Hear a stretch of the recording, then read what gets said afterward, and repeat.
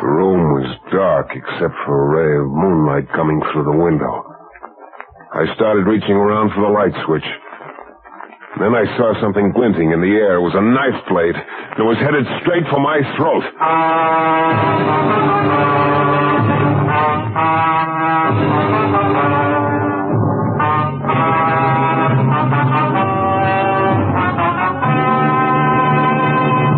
The New Adventures of Michael Shayne, Private Detective, starring Jeff Chandler.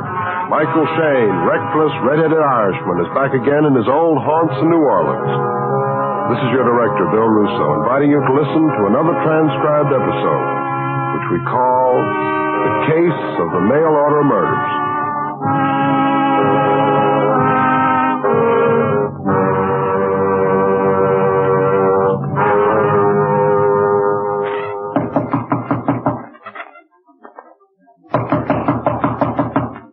Who is it? Shayne, Mike Shayne. Oh. Hello, Mr. Shayne. Come in quickly, please. Yeah. Hey, look, what's all Did this? anyone follow you here to my apartment, Mr. Shayne? Follow me? Well, not that I know of. What's this all about, and why the hocus-pocus routine? I can't afford to take any chances. Oh? Can you afford to tell me what it's all about? My name is Kinsella, William Kinsella. Yeah, I know. You told me that over the phone. You're sure no one followed you here? Sure enough. Now, you're going to let me in on I want to what's hire you, Mr. Shayne. Well, that's the first thing you said that makes sense. What do you want me to do? Protect me. Well, from what? I don't know. You don't know. Now, let's not start the double talk again. Please, Mr. Shayne. Well, to tell the truth, I'm afraid. I'm afraid. Yeah, I can see that, but what of? I tell you, I don't know. Sure, it sounds insane, but here, Mr. Shayne, I received this through the mail this afternoon. Yeah, 4 names at the top of the page. Yes. William Kinsella, Ellen Dant, Joshua Jaffett, and Tom Swigert. Yes. Now, read what's written underneath the names, Mr. Shayne. Those who have sinned will be punished. It may come swiftly or slowly or by an unknown hand, but punishment is inevitable, and the punishment is death. Yes. Yes, you see now why I'm terrified. It's a death note, Mr. Shayne. A death note. And my name is at the top of the list.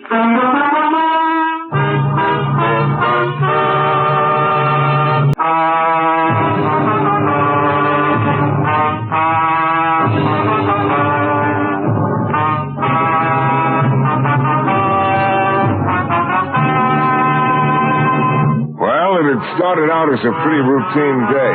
I'd helped an elderly lady find a necklace which turned out to be mislaid instead of stolen, and I'd spent the afternoon at a pretty stuffy wedding reception guarding the gifts. But then in the evening, a jittery little guy named Kinsella called me over to his apartment and showed me a death note he'd just gotten, listing his name with 3 others. One look at Kinsella's face told me he thought the guy who'd sent the note meant business. Mr. Shayne, you've got to protect me. Money's no object. First, Now, just a minute, Mr. Kinsella. Let's slow down a little. Have you any idea who might have sent the note? None. Not at all, Mr. Shayne. It's a complete and horrible mystery to me. Sounds like some kind of fanatic or crank. Those who have sinned will be punished. Yes, it does sound like some sort of fanatic, but who? This the first notes you've gotten? No, there have been others, but I never paid much attention before because the notes were vague. But this note mentions death, and it lists names. Yeah. I wonder if the boy who wrote the note is after you himself or if he's thinking of sending someone. What do you mean? The note says death may come by an unknown hand. But that's the terrible part of this whole thing. I don't know who sent the threat. I don't know who's after me, and I most certainly don't know why. The note says something about those who have sinned. That's ridiculous. There's nothing, absolutely nothing in my past that would possibly warrant such Yeah. Well, what do these friends of yours say about it? Friends? What friends? Well, the other names on the list here. Let's see. Ellen Dant, Joshua Jaffett, Tom Swigert. They're no friends of mine. Well, acquaintances, then. You don't understand, Mr. Shayne. I don't even know these people. Huh? I've never heard of any of them. Their names mean nothing to me. You sure about that, Mr. Kinsella? Absolutely. Yeah, that sort of complicates things. I thought maybe if I could find something to connect you with these other 3, some link between you, we might have something to go on. But... Mr. Shayne, please stay here with me and protect me, at least long enough for me to wind up my affairs so that I can leave New Orleans if necessary. Well, I don't know what your usual rate of pay is per day, but I'll double it. You know, you're getting more convincing by the moment, Mr. Kinsella. I have plenty of room for you here. Okay. I'll go home and pick up a toothbrush and be back here in an hour.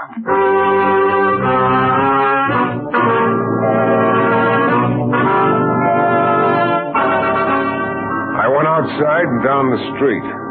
I was thinking about how terrified Kinsella seemed to be about the whole thing.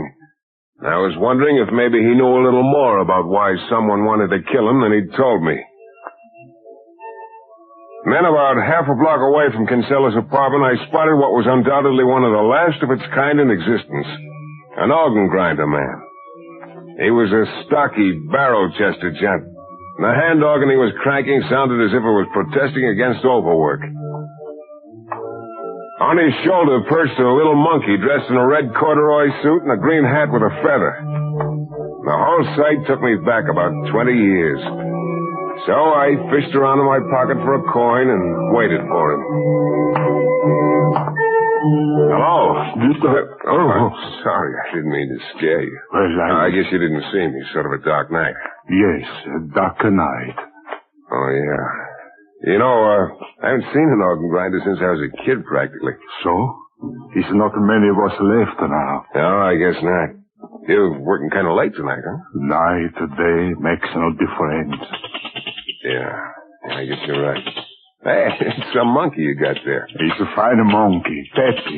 You want to see Pepe do dance? No, I'm afraid I haven't the time. Name is Demetrius. Demetrius. Some other time. Here's a little something. You talk to Pepe, he catch. Okay. Hey, he could play shortstop on a few teams I know of. Where'd you get it? Must go now. Thanks, mister. Good night.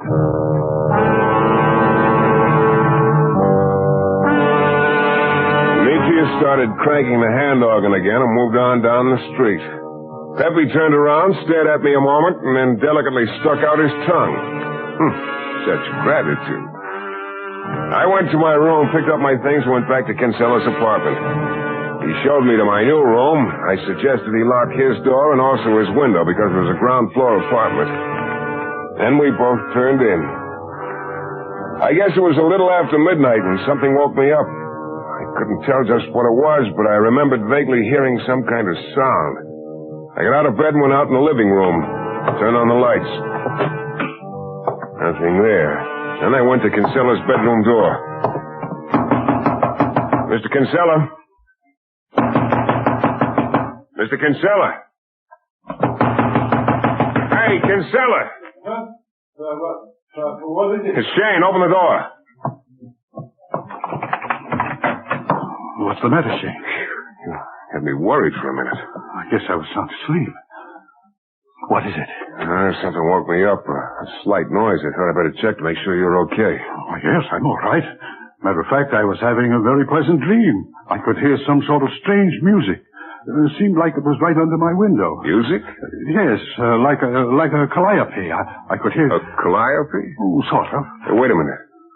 Could it have been a hand organ? What? Yes, that's what it was. I dreamt Maybe the music wasn't a dream. Demetrius really does work late. Huh? What are you talking about? Skip it. Well, let's turn in again.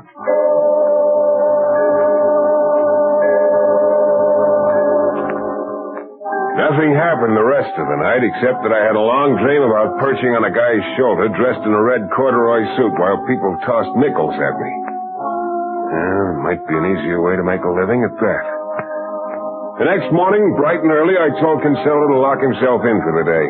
Then I went down to police headquarters and in the door marked homicide. Hello, Shayne. Good morning, Inspector. How's the mastermind of the Homicide Bureau these days? Thanks. You looking for a job, Shayne, or you want to borrow some dough? No. As you sometimes say, LaPiva, wrong twice. I already have a job. Matter of fact, that's what I came down to talk to you about. I'm all... Years. I know. Talk, funny man.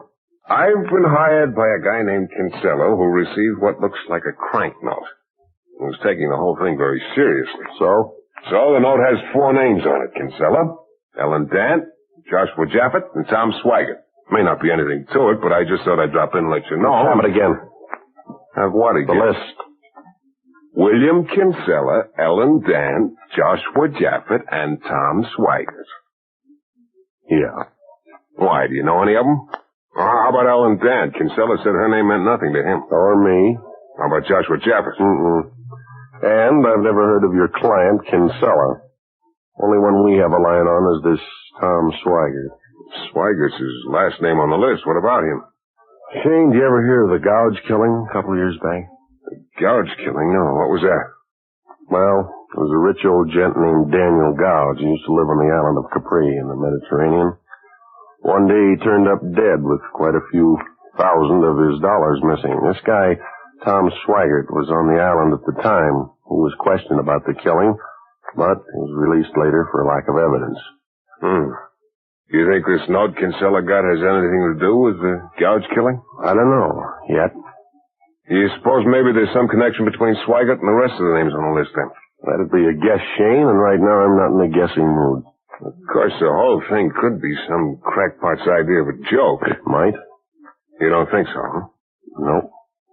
Hey, incidentally, how come this Tom Swigert's the only guy on the list you know anything about? The friend of yours or something? Not exactly a friend. Right now, he's sort of a special project of mine. What do you mean? We found Swigert down near the waterfront last night. Had a knife in his back. Very dead.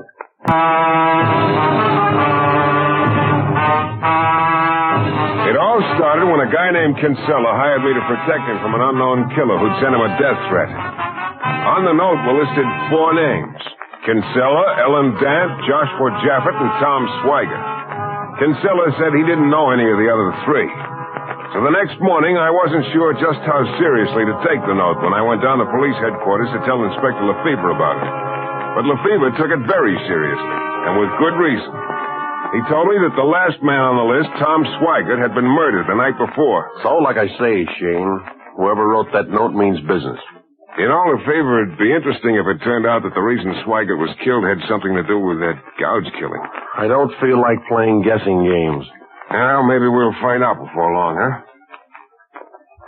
Shane, you're a real nice boy. Lefebvre, there's only one reason you ever say those sweet things to me. That's when you want me to keep out of something. Yeah. Why? Because whoever wrote that note wasn't kidding. He's vicious and deadly. He's already killed once, and there are 3 more names on his list. So? So if you get mixed up in it and get in his way, you could get burned bad. Thanks for the advice, Lefebvre. No charge. Tell you what, I'll carry my little fire extinguisher with me full time. You do that, Shane. Just one more thing. Oh, no, Lefebvre. You're not going to give me that don't leave town routine again. I was going to suggest that you do.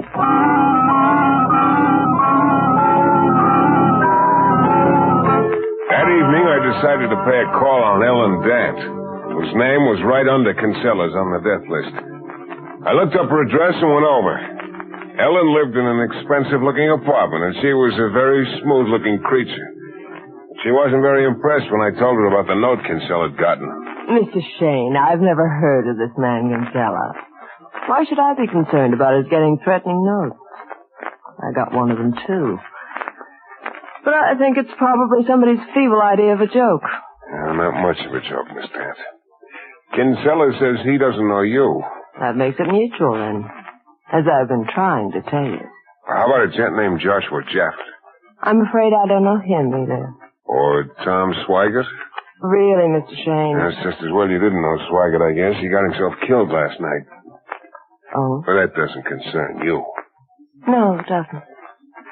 Now, if you'll excuse me. Sure, just one more thing, Miss Dant. Ever happen to hear of a rich old guy named Daniel Gouge? Gouge? Yeah, I used to live on the island of Capri. Really, Mr. Shayne? Running around asking people about names they've never heard of before. Haven't you anything better to do? Not right now, Ellen, but maybe I'll think of something. See you around.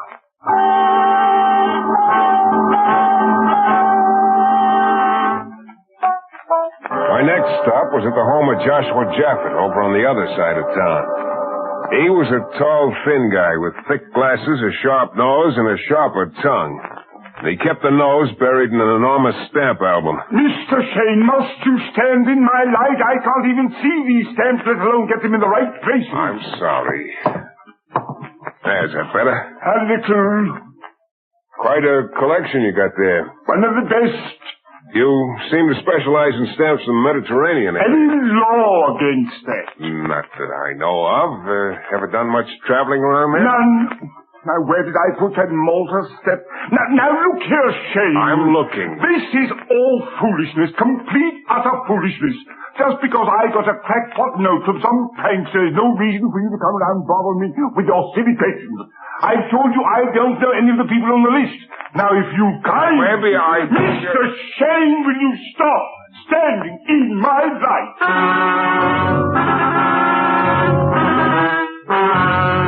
I got out of Joshua's light and out of his house. But outside, it occurred to me friend Joshua had been just a little too quick to say no when I asked him if he'd ever been in the Mediterranean. So I went across the street and waited in the dark. I didn't know exactly what I was waiting for, but I waited anyway. Then, about 10 minutes later, I heard someone coming down the street. Yeah, it was my old friend Demetrius, the organ grinder man. Hello, Demetrius. Oh, it's you again. Yeah. You really get around, don't you? You maybe follow me, mister? Me? No, matter of fact, I was beginning to wonder if it wasn't the other way around. I don't know what you talk about. Oh, no. Of course not. Where do you usually hang out around town? The street they call St. Louis. You, been in this country long, Demetrius? No, not so long, mister. Where do you come from? It's a long way from here. Sunny land, blue water. It sounds like the Mediterranean. Yes, it's a beautiful place. That's what they tell me, Demetrius. Good night, mister. Demetrius disappeared around the corner. I stood there a while longer across the street and up a little way from Japhet's house. It was about 10 minutes later that a dark-colored coupe turned the corner and eased to a stop in front of the house. Someone got out and headed for the door. I couldn't see very much, but it looked like a woman. Then as she opened the door, the light from the hall outlined her face. It was Ellen Dance.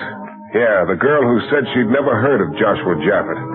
She closed the door behind her, but not more than 2 minutes later, she came flying out again and jumped into her car. I started across the street toward her. Hey! Hey, wait a minute! Ellen! Hey! But I was too late. I crossed the street and walked in the open front door of Japhet's house. There was no one in sight. I started down the hall, and when I got to the library, I stopped. Yeah, there was Japhet, all right. Sitting at his desk, his nose still buried in the stamp album. And like Tom Swigert, he had a knife in his back. And also like Swigert, Japhet was dead. I stood there a minute or two looking at the charming sight in front of me, and then I went over and picked up a telephone. Calling me, Shayne? The fever. Looks like the boy we're after is quite a knife artist, huh? Yeah, but I'm not so sure he's a boy. You know, the more I think about it, Lefevre, the more it looks like these killings are tied up with the one over in Capri 2 years ago. Mm-hmm. You found out any more about what really happened over there? A little, not much. This rich old guy, Gouge, lived alone, except for one combination servant and secretary. Looks like now there were several in on the killing. Maybe it was a hired job, huh? Shayne, I told you once to get out of this deal. Now I'm telling you twice. I think you're biting off a lot more than you can chew. You forget, Inspector. I have a real strong jaw. Mm-hmm. Just be sure you don't lead with it.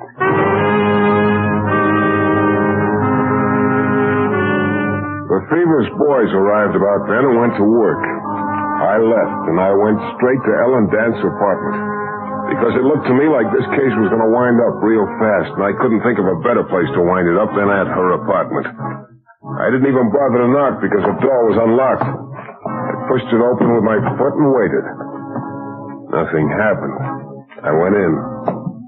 The room was dark except for a ray of moonlight coming through the window. I started reaching around for a light switch. Then I saw something glinting in the air. It was a knife blade that was coming down at me fast. I lunged to one side, and the blade ripped down through my coat sleeve. I tried to grab it, but I was off balance, and then the knife came down through the air again, and this time it was headed straight for my throat.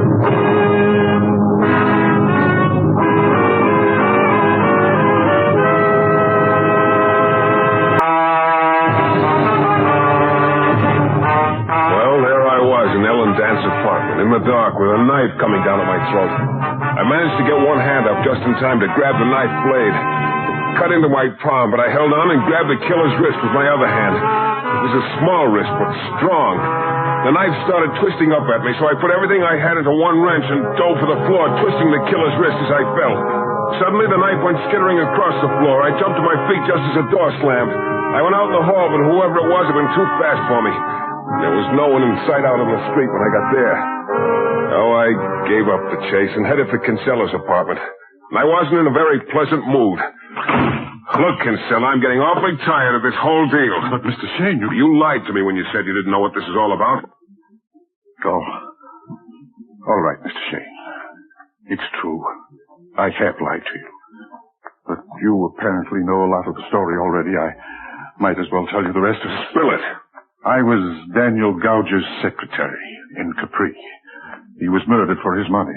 I found out who the killer was. I've been running away ever since. The killer has been following me and has had someone else after me. Someone I don't know. Yeah? Why didn't you tell the police who the killer was? I know I should have done that long ago, but I don't expect anyone to understand, but it was because of the way I felt about the killer. I couldn't help myself. I see. Just one more question. Did Daniel Gouge have any particular girlfriend? Yes, Mr. Shayne. Okay. We're going to set a little trap. Here's a pencil. I want you to write a note to Gouge's girlfriend, Ellen Dance. Mr. Shayne. Tell her you'll turn her in unless she meets you on the corner in front of my office at midnight with some dough. But I couldn't do that. Look, I'll be there with you. I wasn't thinking of myself. I just... Look, you want to go on this way forever? No, but... Write it. Very well. What are you going to do with it? Gonna use it as bait. You're not exactly the world's best penman, are you? I'm sorry. It's because I'm nervous and upset, I guess. I'm having a hard time forming the letters. Yeah. I'll write another note. Oh, never mind. I think I won't be able to read this one all right. Okay, Kinsella, stay here in your apartment until 11:45, then take a cab to my office and meet me on the corner in front. I think maybe we'll get this whole thing wound up. I put the note in my pocket and left. I went over to St. Louis Street and hung around until Demetrius, the monkey organ man, came along.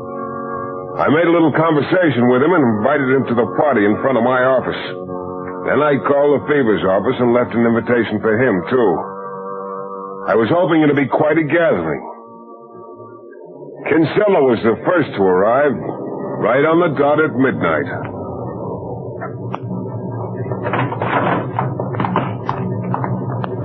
Mr. Shayne. Yeah, you're right on time, Kinsella. Yes, I've been riding around in the cab for a few minutes, waiting until 12. Has she shown up? Not yet. We'll just stand here in the shadows and wait. Mr. Shayne, would it be all right if I sort of kept out of sight when she comes? I just would rather not see her after all that's happened and, well, because of the way I feel about her. Yeah, I think that'd be okay, Kinsella. I'd appreciate it very much. It isn't easy for me to do this. Mr. Shayne, someone's coming. Relax, it isn't Ellen. Shayne? Hello, Lefevre. I got your message. Now, what's this all about? Just giving a little party, Lefevre. I knew you'd never forgive yourself if you missed it. Mr. Shayne, who's this? Lefevre, a friend of mine. Lefevre, this is Mr. Kinsella, my client. Hello? I'm afraid I don't understand this, Mr. Shayne. I thought just you and I were to be... Wait a minute. Yeah, here he comes. Here who comes? The guest of honor. A guy named Demetrius. Why, it's an organ grinder. Mm-hmm. Mr. Shayne, do you think that he is working for Ellen? Well, we'll soon find out. Hello, Demetrius. Hello, mister. This supposed to be the floor show, Shane? You never can tell, Lefevre. Mr. Shayne, will you kindly explain? Mister. Oh, what's the matter, Demetrius? Who is this man with you? Well, he's my client, Mr. Kinsella. Why? He's the one, mister. He's the one. Huh? Yes, he's the one I saw leave his apartment the night the first man was killed.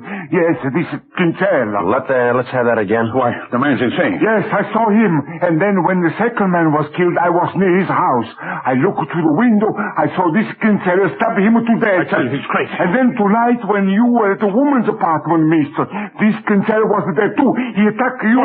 Kinsella's got a gun. I see it, Lefevre. I see it. Oh. Well, I think that'll keep our friend Kinsella on ice until your voice can cart him away, Lefevre. Yeah.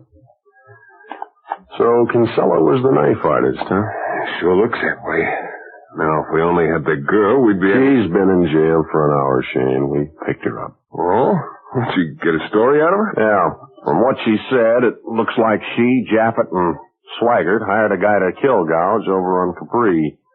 The three of them then decided to cross the killer. They took the dough and left in a hurry. So now it turns out that Kinsella here was the killer, and he's been looking for them ever since. That sounds logical. He put his own name on top of the death list to take suspicion off of him. Well, all I can say is you're longer on luck than you're on brain, Shane. Oh? Arranging this little trap to pick up the wrong girl. Bloody lucky for you this guy Demetrius spilled what he'd seen and broke the case for you. I guess you're right, Lefevre.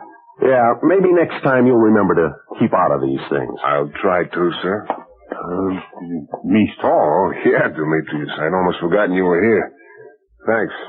Thanks a lot for all your help. That's all right, mister. Here's a little something for your trouble. No. Over here. Thank you, mister. Thank you.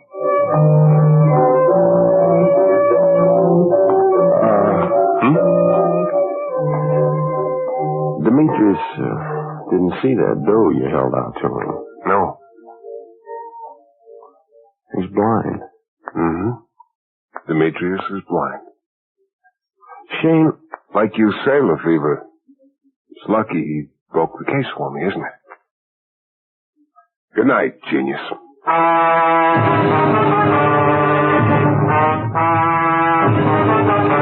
This is your director, Bill Russo, again. Our story is based on characters created by Brett Halliday and written by Bob Wright. The music is composed and conducted by John Duffy, and Michael Shayne is portrayed by Jeff Chen.